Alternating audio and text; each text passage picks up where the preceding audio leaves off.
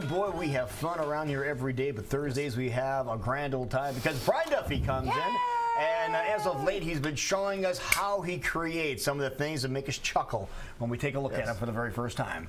Yeah, you are an amazing person when it comes to just getting the traits of people, just picking them out. Well, I mean, it's as I've mentioned before, it's easy when you're drawing politicians because they're generally funny-looking people to begin with. Mm-hmm. So you know, just inherent. It's just inherent. Yeah. So it's a natural. And you have a whole bevy to select from here. Oh yeah, I mean, we've had a couple of them that have dropped out. We discussed that last week, and there probably should be more that are dropping out, but they're not.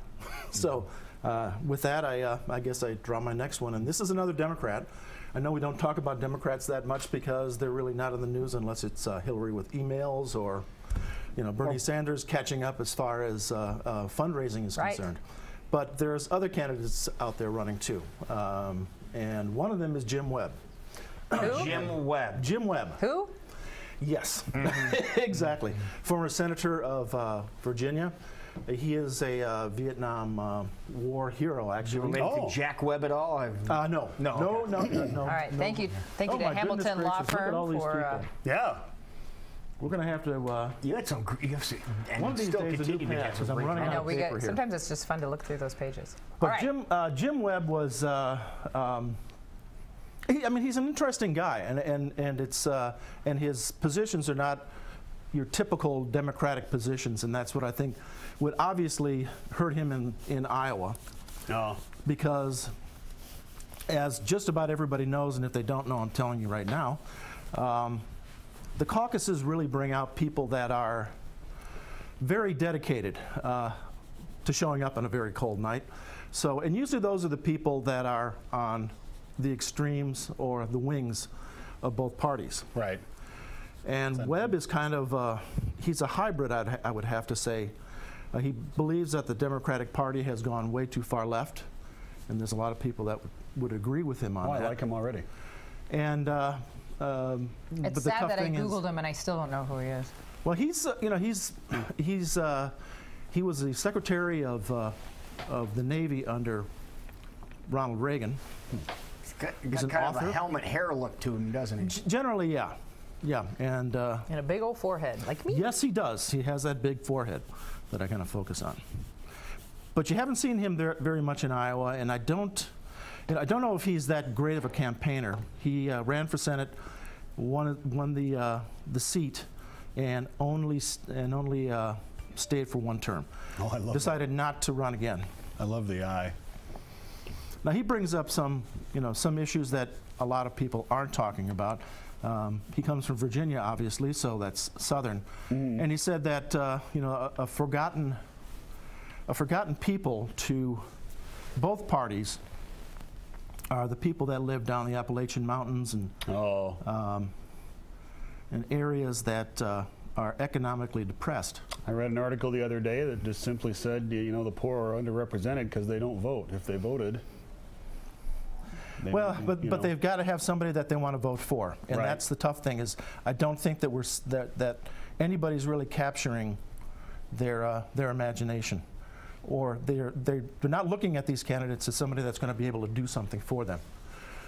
Now, I would think that Webb could pick up quite a few of Donald Trump's people because he has some fairly conservative positions, but he has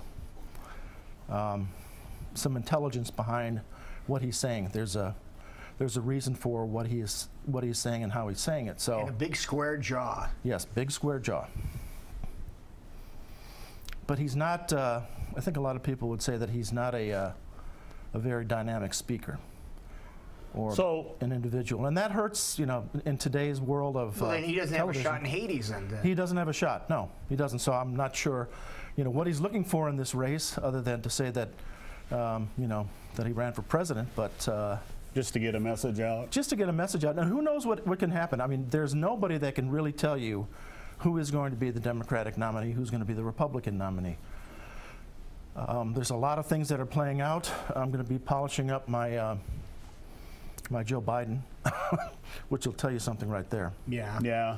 I have a feeling he'll jump into the race, and I don't. You do now. Yeah, I do, and I don't think that it's going to be a pretty picture. Between him and Hillary, or Yeah. It's sort of rocked the boat quite a bit. It's going to rock the boat quite a bit. It's going to affect. It's going to affect a race that she initially probably thought that she had set already. So going back to your skills of being an incredible cartoonist and drawer, not knowing that he's probably going to be jumping in, how long would it take you to kind of just practice or brush up, like you said, his face so that you could do something like him on Great Day in the morning? Oh, it wouldn't take long at all. I mean, I've done him since 1987. That looks like Frankenstein. That's awesome. Well, it's October, of course. It's the head. Well, It's a big forehead, is what it is. big forehead. Yeah, it's a big forehead. So that's what And kinda here's what catches gets me the most amazing. You had nothing to look at.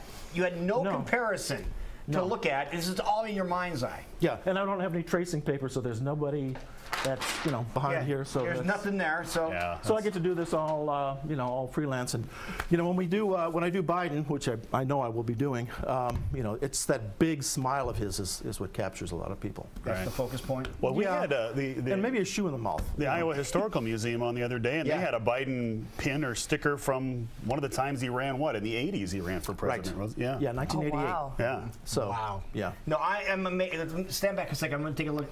But you have the forehead, you have the big square chin, and go to the surface real quick. I want people to see this. He had nothing to look at.